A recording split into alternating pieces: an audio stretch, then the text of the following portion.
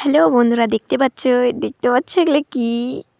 সবাই বলবে, খারাপ কমেন্ট করবে হয়তো। এগুলো হলো মুরগির ছাল। আজকে সকাল সকাল বাজার থেকে মুরগির ছাল নিয়ে চলে এসেছে, মাথা, ঠ্যাং। তো চলো আজকে আমি এগুলো রান্না করব। এখন অনেক কাজ বাকি।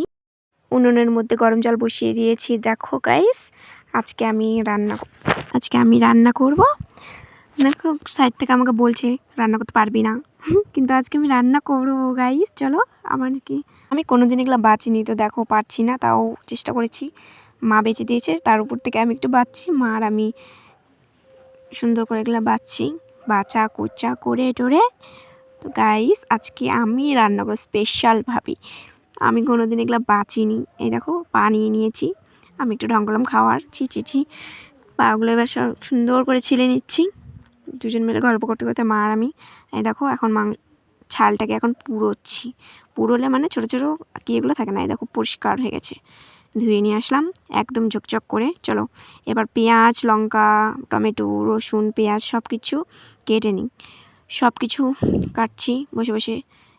আমি বলেছি আজকে যখন রান্না করবো তো আমাকেই করতে হবে।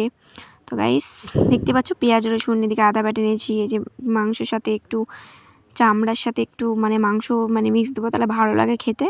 এই দেখো পেঁয়াজ রসুন তেজপাতা আর অনেক কিছু দিয়ে দিয়েছি। হালকা করে ভেজে নেব, একটু লাল লাল করে ভাজা হচ্ছে। তেজপাতা দিয়েছি, গরম মশলা দিয়েছি। দেখো প্রায় কমলা কমলা হওয়ার মধ্যে হয়েছে। এরপরে মশলাটা দিয়ে দিলাম।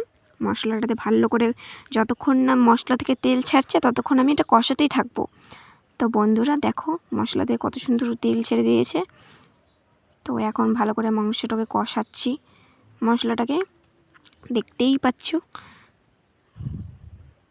এবার মাংসটাকে দিয়ে দিলাম গাইস। দেখো মাংসটাকে ভালো করে নাড়াচাড়া করে একটু শুকনো লঙ্কাও দিয়ে দিয়েছিলাম। তো সুন্দর মাংস